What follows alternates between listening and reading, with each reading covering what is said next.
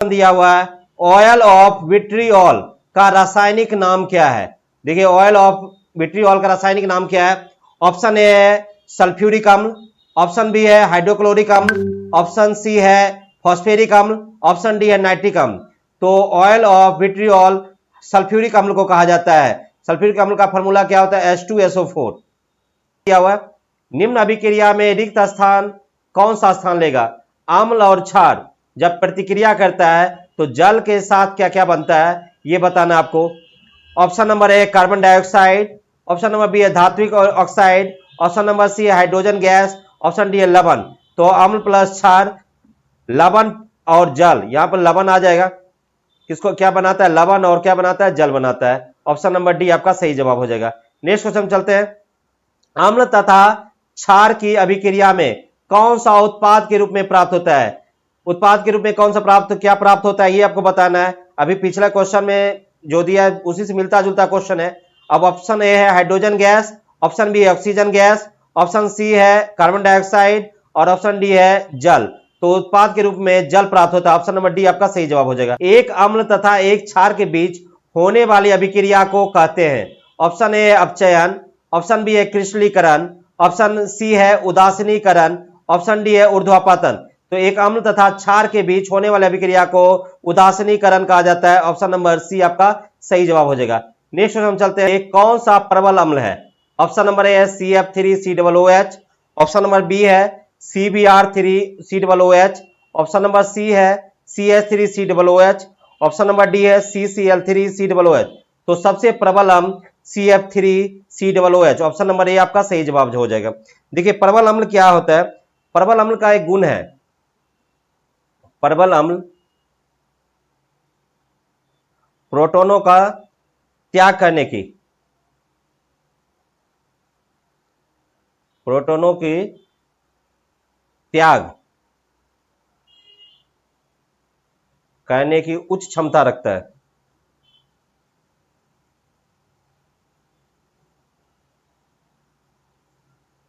तो प्रबल अम्ल क्या हो गया, उसको कहा जाता है जो प्रोटोनों के त्याग करने की क्या रखता है, उच्च क्षमता रखता है।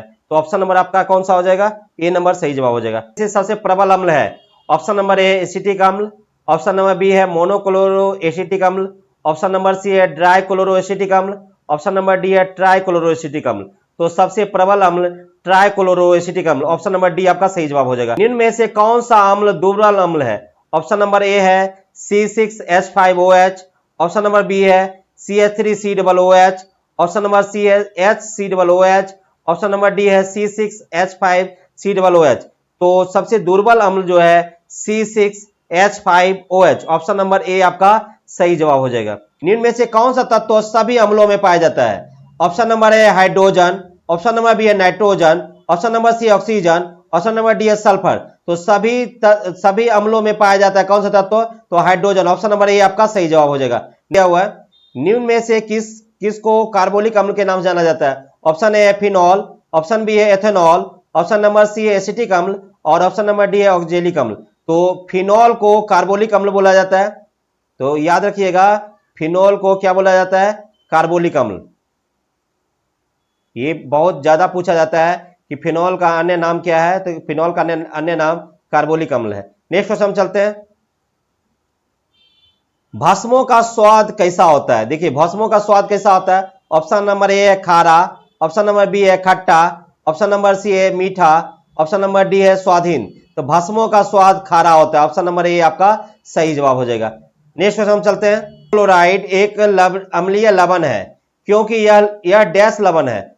ऑप्शन नंबर ए है दुर्बल अम्ल तथा दुर्बल क्षार, ऑप्शन नंबर बी है दुर्बल तथा प्रबल क्षार, ऑप्शन नंबर सी है प्रबल अम्ल तथा दुर्बल क्षार, ऑप्शन नंबर डी है प्रबल अम्ल तथा क्षार।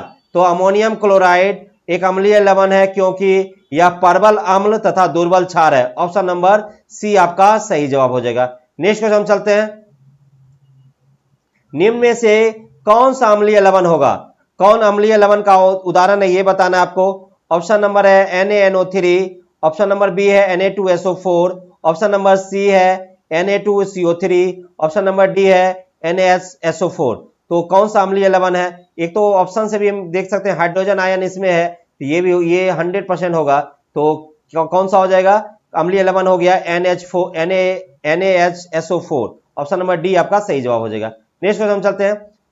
भस्मों के जलीय घोल में कौन सा आयन होता है? भस्मों के जलीय घोल में कौन सा आयन होता है?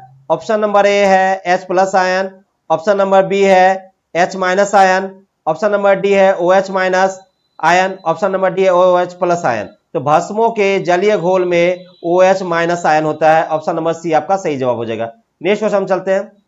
पीएच का निर्धारण कौन किया? पीएच मान का निर्धारण कौन किया? ऑप्शन नंबर ए है लेबोजियर, ऑप्शन नंबर बी है प्रिस्टले, ऑप्शन नंबर सी है कैवेंडिश, ऑप्शन नंबर डी है सोरेनसन। तो पीएच का निर्धारण सोरेनसन, ऑप्शन नंबर डी आपका सही जवाब हो जाएगा। ये क्वेश्चन को VBI कर लीजिए, ये क्वेश्चन खूब पूछा जाता है एग्जाम में। नेक्स्ट क्वेश्चन चर्चा करते हैं, पूछा जाता है एग्जाम में। शुद्ध जल में हाइड्रोजन आयन सांद्रण का मान होता है। Option number A 10⁻⁷, option number B है 10⁻⁵, ऑप्शन नंबर सी है 10⁻⁻10, ऑप्शन नंबर डी है 10⁻⁻14। तो शुद्ध जल में हाइड्रोजन आयन सांद्रण का मान 10⁻⁷। ऑप्शन नंबर ए आपका सही जवाब हो जाएगा। नेक्स्ट क्वेश्चन हम चलते हैं।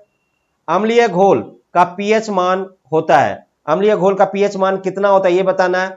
ऑप्शन नंबर है 7, ऑप्शन नंबर बी है 7 से कम, ऑप्शन नंबर सी है 7 से अधिक, ऑप्शन नंबर डी है 14। तो अम्लीय घोल का पीएच मान 7 से कम होता है। ऑप्शन नंबर बी आपका सही जवाब हो जाएगा। याद रखना अम्लीय घोल का पीएच मान 7 से कम होता है। नेक्स्ट क्वेश्चन हम चलते हैं। धातु ऑक्साइड का स्वरूप डैश होता है। धातु ऑक्साइड का स्वरूप कैसा होता है? ऑप्शन नंबर ए तटस्थ, ऑप्शन नंबर बी है कार्बनिक, ऑप्शन नंबर सी है क्षारीय, ऑप्शन नंबर डी है अम्लीय। तो धातु ऑक्साइड का स्वरूप क्षारीय होता है। ऑप्शन नंबर सी आपका सही जवाब हो जाएगा। नेक्स्ट क्वेश्चन हम चलते हैं। क्षारीय घोल का पीएच मान होता है। क्षारीय घोल का पीएच मान क्या होता है? ऑप्शन नंबर ए है 7, ऑप्शन नंबर बी है 7 से कम, ऑप्शन नंबर सी है 7 से अधिक, ऑप्शन नंबर डी है 0। तो क्षारीय घोल का मान 7 से अधिक होता है। ऑप्शन नंबर सी आपका सही जवाब हो जाएगा। अम्ल अम्ल जो है नीला लिटमस, अम्ल नीला लिटमस पत्र को किस में बदल देता है? नीला लिटमस को लाल लाल में बदल देता है। ऑप्शन नंबर डी आपका सही जवाब हो जाएगा। नेक्स्ट क्वेश्चन हम चलते हैं। नेक्स्ट क्वेश्चन देखिए। नीला लिटमस पेपर अम्लीय घोल के संपर्क में डैश हो जाता है। देखिए वही क्वेश्चन है जो पीछे पूछा गया क्वेश्चन, वही क्वेश्चन है। नीला लिटमस पेपर अम्लीय घोल के संपर्क में आते ही क्या हो जाता है? ऑप्शन नंबर ए है लाल, ऑप्शन नंबर बी है नीला, ऑप्शन नंबर सी है हरा, ऑप्शन नंबर डी है पीला। तो नीला लिटमस पेपर अम्लीय घोल के संपर्क में आते ही वो लाल हो जाती है। ऑप्शन नंबर ए आपका सही जवाब हो जाएगा। नेक्स्ट क्वेश्चन हम चलते हैं। निम्न में से कौन सा कथन सही है? सही कथन बताना है आपको। ऑप्शन नंबर ए है अधातुओं के ऑक्साइड क्षारीय होते हैं, ऑप्शन नंबर बी है अधातुओं के ऑक्साइड अम्लीय होते हैं, ऑप्शन नंबर सी है धातुओं के ऑक्साइड अम्लीय होते हैं, ऑप्शन नंबर डी है सभी विकल्प सही है। तो ये आपको बताना है कि इसमें सही कौन सा है। तो हमेशा याद रखिएगा वो धातुओं के ऑक्साइड हमेशा अम्लीय होते हैं। ऑप्शन नंबर बी आपका सही जवाब हो जाएगा। किसी भी उदासीन घोल का पीएच मान होता है। ऑप्शन नंबर ए है 14, ऑप्शन नंबर बी है 0, ऑप्शन नंबर सी है 8, ऑप्शन नंबर डी है 7। तो घोल जिसका जो उदासीन होगा उसका पीएच मान 7 होगा। ऑप्शन नंबर डी आपका सही जवाब हो जाएगा। नेक्स्ट क्वेश्चन चलते हैं। सोना की धातु को घोलने के लिए किस अम्ल का प्रयोग किया जाता है?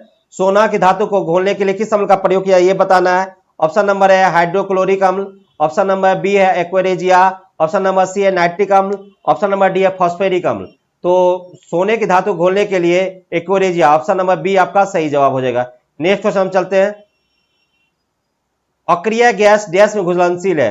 अक्रिय गैस कहां किस में घुलता है ये बताना है आपको। ऑप्शन नंबर है हाइड्रोक्लोरिक अम्ल, ऑप्शन नंबर बी है एक्वेरेजिया, ऑप्शन नंबर सी है नाइट्रिक अम्ल, ऑप्शन नंबर डी है फॉस्फोरिक अम्ल। तो अक्रिय गैस फॉस्फोरिक अम्ल में घुलता है। ऑप्शन नंबर डी आपका सही जवाब हो जाएगा। देखिए नेक्स्ट क्वेश्चन दिया हुआ बेकिंग सोडा को बेकिंग पाउडर का एक घटक कहते हैं। इसके अन्य घटक हैं। ऑप्शन नंबर ए है एसिटिक अम्ल, ऑप्शन नंबर बी है हाइड्रोक्लोरिक अम्ल, ऑप्शन नंबर सी है सेट्रिक अम्ल, ऑप्शन नंबर डी है टार्टरिक अम्ल। तो बेकिंग सोडा को बेकिंग पाउडर का एक घटक कहते हैं, इसके अन्य घटक टार्टरिक अम्ल। ऑप्शन नंबर डी आपका सही जवाब हो जाएगा। नेक्स्ट क्वेश्चन चलते हैं, सोडा वाटर की खोज किसने की? ये देखिए VBI का लीजिए, इस क्वेश्चन को बहुत बार एग्जाम में आया है। सोडा वाटर की खोज किसने की?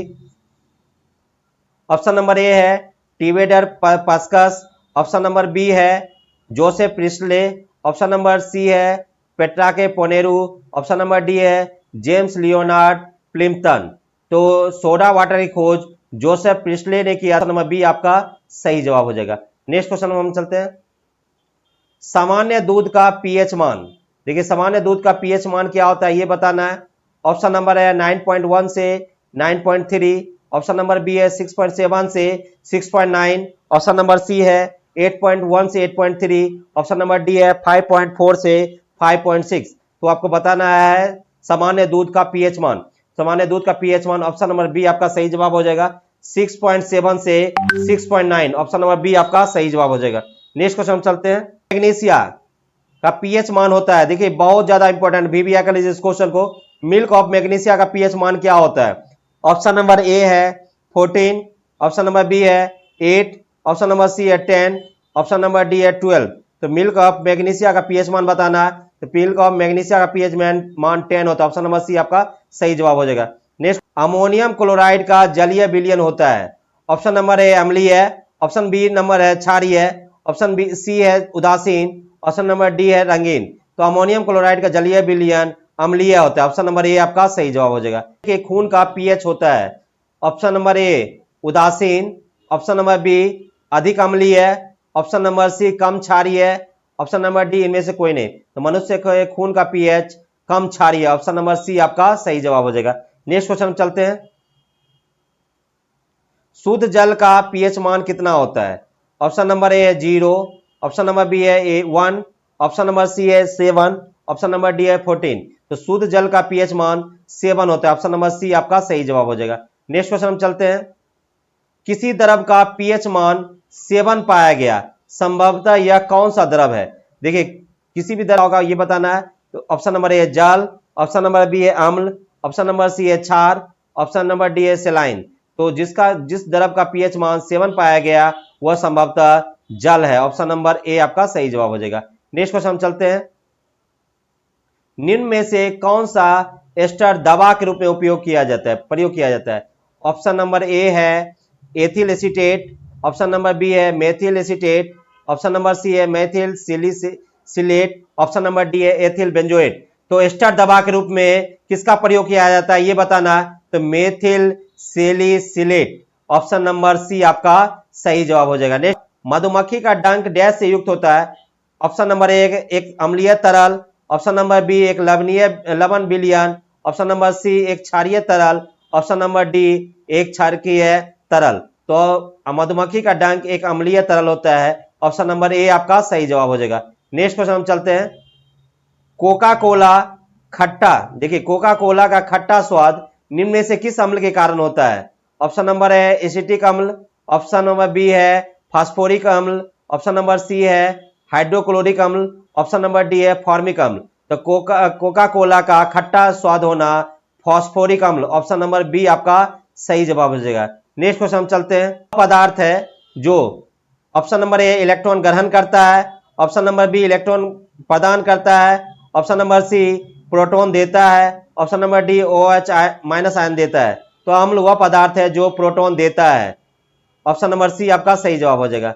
नेक्स्ट क्वेश्चन क्या है, क्षार वह पदार्थ है जो ऑप्शन नंबर ए प्रोटॉन देता है, option number A proton B है प्रोटॉन ग्रहण करता है, ऑप्शन नंबर सी इलेक्ट्रॉन देता है, ऑप्शन नंबर डी इलेक्ट्रॉन युग्म ग्रहण करता है।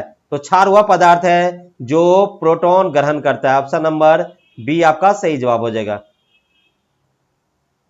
अम्ल और व क्षारों की अभिक्रिया के फलस्वरूप बने पदार्थ को कहते हैं? ऑप्शन नंबर ए अम्ल, ऑप्शन नंबर बी है लवण, ऑप्शन नंबर सी है भस्म, ऑप्शन नंबर डी है अल्कोहल। तो अम्ल और क्षारों की अभिक्रिया के फलस्वरूप लवण, ऑप्शन नंबर बी आपका सही जवाब होता है। चलिए नेक्स्ट क्वेश्चन हम चलते हैं, अम्ल एवं क्षार के परिरक्षण के लिए किसका उपयोग किया जाता है? देखिए ये क्वेश्चन को VBI कर लीजिए, अम्ल और क्षार के परीक्षण के लिए किसका प्रयोग किया जाता है? ऑप्शन नंबर ए है लिटमस पत्र, ऑप्शन नंबर बी है कोबाल्ट पत्र, ऑप्शन नंबर सी है अमोनिया पत्र, ऑप्शन नंबर डी है इनमें से कोई नहीं। तो अम्ल और क्षार के परीक्षण के लिए लिटमस पत्र, ऑप्शन नंबर ए आपका सही जवाब हो जाएगा। नेक्स्ट क्वेश्चन हम चलते हैं।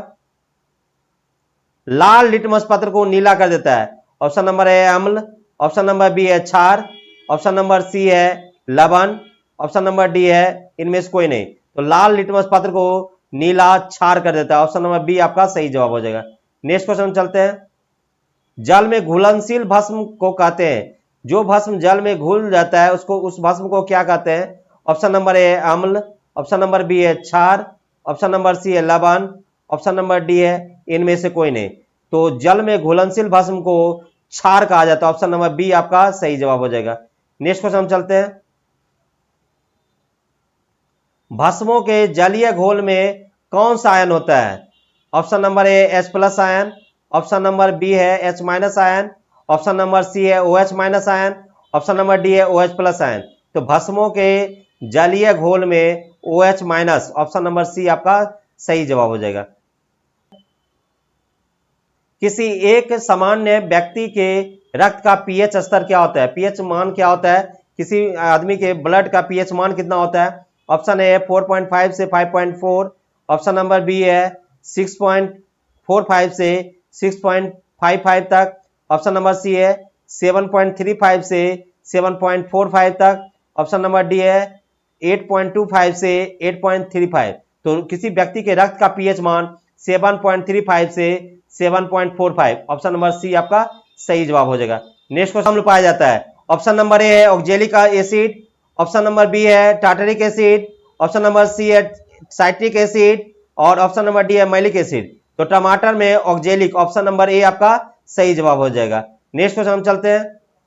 सेब में कौन सा अम्ल पाया जाता है? ये बताना है सेब में कौन सा अम्ल पाया जाता है। Option number A oxalic acid, option number B है tartaric acid, option number C है citric acid, option number D है मैलिक एसिड। तो सेब में मैलिक एसिड पाया जाता है, ऑप्शन नंबर डी आपका सही जवाब हो जाएगा।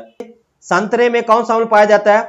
ऑप्शन नंबर है oxalic acid, option number B है tartaric acid, option number C है citric acid, option number D है मैलिक एसिड। तो संतरे में citric acid, option number C आपका सही जवाब हो जाएगा। जितने भी खट्टे पदार्थ हैं, जितने भी खट्टे फल हैं, सब में साइट्रिक, जितने भी खट्टे फल हैं, खट्टे फल में साइट्रिक एसिड पाया जाता है। चलिए नेक्स्ट क्वेश्चन चलते हैं। अगर पूछे जाएगा नींबू में कौन सा अम्ल पाया जाता है, तो नींबू में भी साइट्रिक अम्ल पाया जाता है। चलिए नेक्स्ट क्वेश्चन पे चलते हैं। अंगूर में कौन सा अम्ल पाया जाता है? ऑप्शन नंबर ए है oxalic acid, option number B है tartaric acid, option number C है साइट्रिक।